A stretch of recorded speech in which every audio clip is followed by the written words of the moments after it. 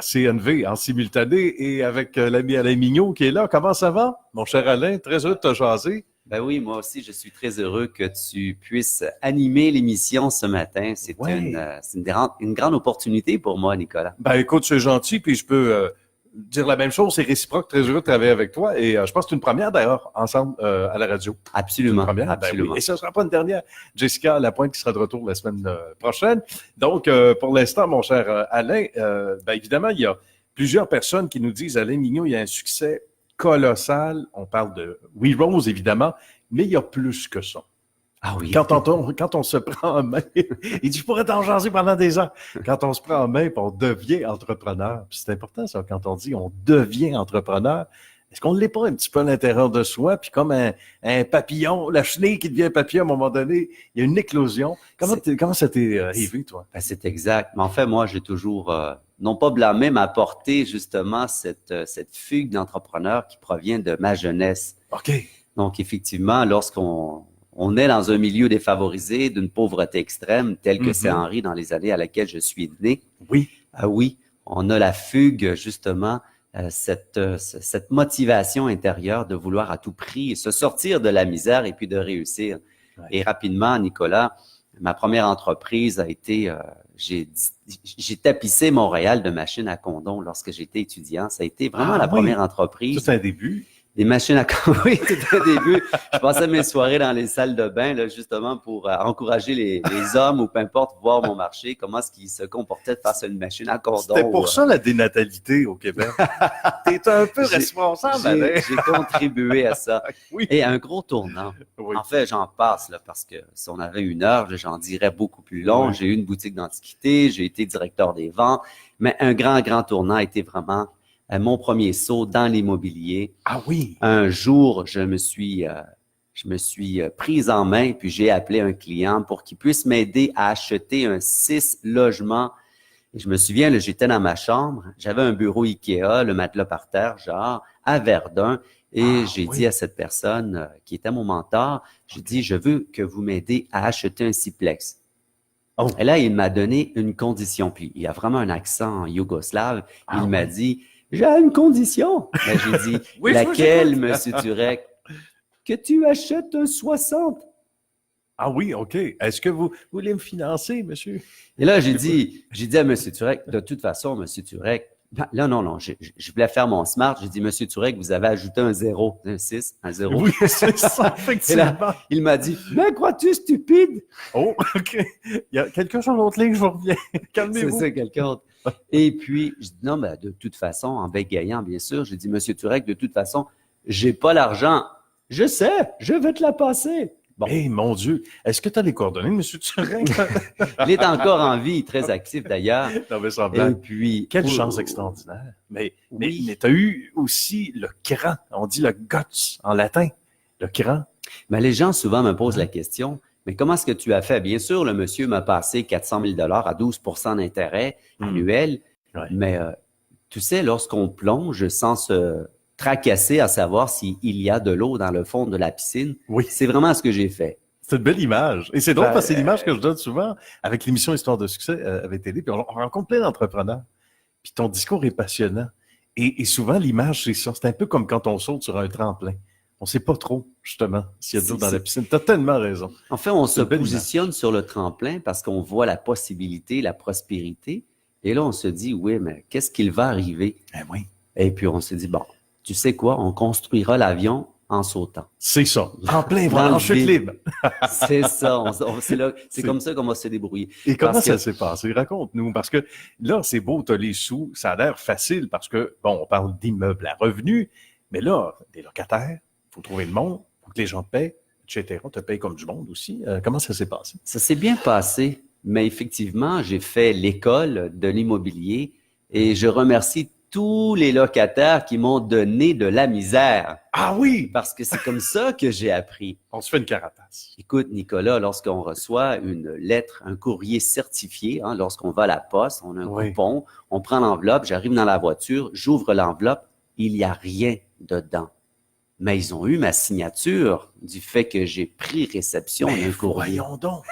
Ça se peut, ça! Ça se peut, certain. Ah oui, donc, maintenant, je n'ai pas à vous le dire, là, mais lorsque j'arrive à Poste Canada devant la gente dame qui est face à moi, puis je prends mon courrier, je déchire toujours le coin de l'enveloppe pour voir s'il y a bien une feuille à l'intérieur. Et tu sais quoi, ça m'est déjà arrivé. Oui, il y avait une feuille, mais il n'y avait rien d'écrit dessus. Ça veut dire quoi? Lorsqu'on va à l'audience, elle va prétendre qu'elle m'a envoyé une lettre, soi-disant tel sujet, et qu'elle a la preuve de réception. Moi, il faut que je me débatte du fait que Monsieur le juge, il n'y avait rien dedans et c'est pas le sujet. Mais toi qui fais souvent des Facebook Live, est-ce que tu n'as pas eu le réflexe à un moment donné, l'idée, même si c'est confidentiel, mais à toi de voir si tu le publies ou pas, là, de te filmer en train de... Pas l'agent de Poste Canada, mais tu sais, tu te filmes en train d'ouvrir l'enveloppe. Mais mon premier parc immobilier a démarré en 98-99. On est à loin de Facebook. Donc, on est à loin de Facebook. Imagine-toi. Mais tu dis comme, et là, tu m'apprends quelque chose. Je pensais pas que ça pouvait se faire. Ah oui. On pouvait être aussi on a aussi des techniques un peu discutables. Pour rester poli. Lorsque nous avons un avocat comme locataire, on fait quoi pour l'augmenter? On lui envoie son courrier à son bureau du fait que c'est un changement de cueillette de déchets. Et pourquoi? Parce que c'est effectivement son adjoint qui prend le courrier. Et puis, lorsqu'elle voit ces aberrations, elle ne le donne pas à mettre, elle le fout dans la poubelle. Et puis, c'est comme la preuve que je vous l'ai envoyé pourtant. Je vous l'ai envoyé pourtant, c'est ça. Donc, mais il y a toutes sortes de trucs quand même. Mais on se fait les dents avec ça, Alain. Tu dirais que c'est formateur, donc. Hein? Moi, je dis toujours à ceux que je donne le coaching, j'enseigne l'immobilier lorsqu'on achète un immeuble et c'est trop tranquille, ben il faut un peu shaker la ruche. Ah oui, OK. C'est comme s'il faut que les abeilles sortent parce que autrement, ça dépend le style, Nicolas. Si on veut acheter un immeuble pour un fonds de pension, et puis c'est autre chose. C'est autre chose. Moi, lorsque j'ai fait mes classes à la Bourse de Montréal, j'ai coulé mon cours. Ah oui? Pourtant, pourquoi? J'avais un rendement incroyable sur le portefeuille fictif que j'ai géré, bien sûr, quasiment en réalité, parce que je n'avais pas écouté mes clients. Mes clients avaient un profil. Mais oui, j'imagine. Des attentes. Pépé, mémé, fonds de retraite. J'ai tradé le fonds de retraite à des gens qui voulaient de la sécurité, même s'il y avait du 30-40%, j'ai coulé. Donc, le profil d'un investisseur est super important. Tu vois comme quoi que ça m'a marqué. Et dès lors que nous sommes justement dans l'immobilier, puis j'enseigne l'immobilier, la première chose que je veux savoir, à quoi va servir et c'est quoi vos attentes tant qu'à votre investissement. Très important. Justement. Est-ce que c'est pour long terme, pour la retraite, ou tu veux faire un flip? Genre, tu veux gagner de l'argent rapidement. Ça ressemble à quoi le marché actuellement? Parce qu'on dit qu'il est très, très profitable. D'autres qui adhèrent davantage à une autre école de pensée disent attention, c'est maintenant que ça se passe parce que ça ne durera pas longtemps. Parce que quand on regarde ce qui nous est offert versus ce que les gens ont les moyens d'acheter, surtout à Montréal, c'est un portrait qui est problématique, non? Vous savez, lorsque nous sommes un oiseau, nous avons probablement 80% de temps de recherche pour trouver la nourriture et 20% pour la manger. Une personne qui ne fait que ça, ou une personne qui veut vraiment investir, puis a son profil dans la tête, puis écrit, puis ainsi de suite, il faut chercher. Lorsque je vois des gens qui veulent acheter un immeuble, mais qui font une offre d'achat à la fois, ben, on va acheter dans un an. Lorsque moi, je prône justement d'être en offre d'achat, ben, il faut en faire minimum une quinzaine. Comme un pêcheur qui va à l'eau. Comme un pêcheur. Tu lances plusieurs lignes en Moi, même je me temps. suis toujours souvenu au marché à Trois-Terres, comme le marché Jean Talon. Il y a une place où on peut pêcher un poisson et devine donc, ils n'en ont pas mis un en piscine, ils en ont mis 1000. Donc, ça prend 3 secondes et ça sort. C'est ça, tu peux avoir une très belle cueillette. Donc, c'est la même chose, c'est la quantité des offres d'achat et souvent, ce ne sont pas des prix. Ce ne sont pas des prix que l'on veut acheter, mais graduellement, en travaillant une bonne offre d'achat et surtout le comportement psychologique d'un vendeur est super important.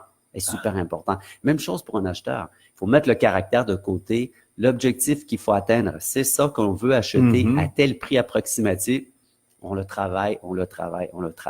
Et surtout, une patate à la fois dans la bouche. Oui, c'est ça. Même si on a, pour pas courir plusieurs lèvres en même temps. Même si on a plusieurs lignes à pêche à l'eau, on y va dans les images ce matin, mais c'est exactement ça. Tu touches un point avant de te quitter, Alain, ça va déjà trop vite. Les relations humaines sont importantes. Les caractères, les égos. Ça, est-ce que tu dirais que c'est la partie sans doute la plus exigeante du travail, au-delà des chiffres, au-delà des stratégies, au-delà de la négociation, c'est de composer avec des humains qui sont différents des uns aux autres, des uns des autres? C'est vraiment la chose la plus importante. Mm-hmm. Un immeuble, j'ai toujours dit, il n'y a pas de mauvais immeuble, il n'y a que de mauvais propriétaires. OK, j'aime que ça. de bons ou de mauvais locataires. Locataires aussi, oui. Parce qu'un immeuble, c'est un immeuble, c'est du bois, de la brique, ainsi de suite. Intrinsèque, il est neuf ou il est en train de tomber. Oui, l'aspect humain est super important. Lorsque on achète un immeuble à bas prix, souvent, ben on s'attend à ce que la qualité des locataires en reflète la qualité de l'immeuble. Ça dit beaucoup déjà, hein? Je vais mettre prochainement des images, des photos, des vidéos sur mon Facebook Immobilier Alain. Vous allez tomber tous par terre de voir dans quel état que certains êtres humains ils veulent et acceptent d'habiter. Ah oui. Donc, lorsqu'on voit l'état de ces appartements, le reflet psychologique des personnes est au rendez-vous, la même chose. J'imagine. Ainsi qu'un vendeur propriétaire, il est qui, c'est qui? Est-ce que c'est une personne âgée? Est-ce que c'est un vieux de la vieille? Moi, lorsque je tombe sur un immeuble, et puis, excusez-moi l'expression, et le monsieur, ça fait 30 ans, 40 ans qu'il l'a, il est âgé, il a 75 ans, c'est le genre de personne qui pense que la Lune tourne autour de la Terre et puis qui lave sûrement sa Cadillac avec du vinaigre puis du papier journal. C'est ça. Pour économiser. Moins cher que le Windex. Non, ça ressemble à ça. Oui, c'est une image qu'on veut. L'acheteur doit se comporter vraiment, vraiment tel que le vendeur. Il faut qu'il te trouve gentil, agréable. Si tu commences à montrer les bras, souvent, ça va couper dans les relations de négociation et c'est à ne pas faire. Voilà. Chaque chose. Mais j'ai toujours abouti à de bons résultats. Ben, écoute, on n'en doute pas. C'est pour ça que tu connais le succès qui te va si bien d'ailleurs, mon cher Alain. Et ça se fait pas sans travail. Donc, au cours des prochaines semaines, on va vers ça et on va jaser justement de ton beau succès qui se poursuit, de tes belles stratégies, ta belle façon de composer avec tout ça et d'agir surtout. On va parler stratégie immobilier parce qu'après le 60, ben ça n'a pas été un 60, ça a été un 68, après ça un 100, après ça un 51, puis bon, je vais tout vous raconter ça. Comment est-ce que j'ai fait? Mais ce qui est le plus important, métaphore, comment est-ce que j'ai fait pour partir de Saint-Henri? J'ai quêté sur la rue, au coin de la rue Notre-Dame et Saint-Augustin. Je quêtais de l'argent et jusqu'à un succès dans l'immobilier ou peu importe. C'est incroyable, hein? Et c'est pour apporter des trucs et des astuces. Parce que ce que j'ai fait comme travail, Nicolas, il y a plein d'autres personnes au quotidien qui travaillent autant plus fort que moi, même si je travaille fort, j'estime que je travaille fort et qui méritent le succès. Oui. Il faut juste avoir les bons outils, les bonnes clés pour y arriver. Parce que c'est une chose de travailler fort, comme on nous le dit souvent, mais travailler avec justement, comme tu le dis, avec les bons outils et de la bonne façon. Parce qu'on peut travailler très, très fort toute notre vie dans le beurre aussi, ça se peut, ça. Oui, mon mentor, il avait tout à fait raison. Ouais. Alain, pourquoi acheter un sixplex? Ah ben, moi, je pensais qu'il y a moins de risques. Il y a moins de risques. Êtes-vous sûr? Je sais, je te le dis. OK. Et il avait raison. Moins de risques. Maintenant, les gens vont se dire, oui, mais il faut trouver l'argent. Ça, c'est autre chose. Mais oui, c'est possible. C'est possible. Et c'est drôlement encourageant, en tout cas. Tu nous inspires, mon cher Alain. Je vais expliquer aux gens comment acheter un immeuble avec zéro argent. Vous allez voir. OK, good. Tu m'en parleras avant. Merci, Alain. Bonne journée, Nicolas, et merci pour cette belle entrevue. C'est toujours un plaisir. Puis c'est partie remise, mon cher ami. Merci à toi. Et ça se poursuit à CNV dans un petit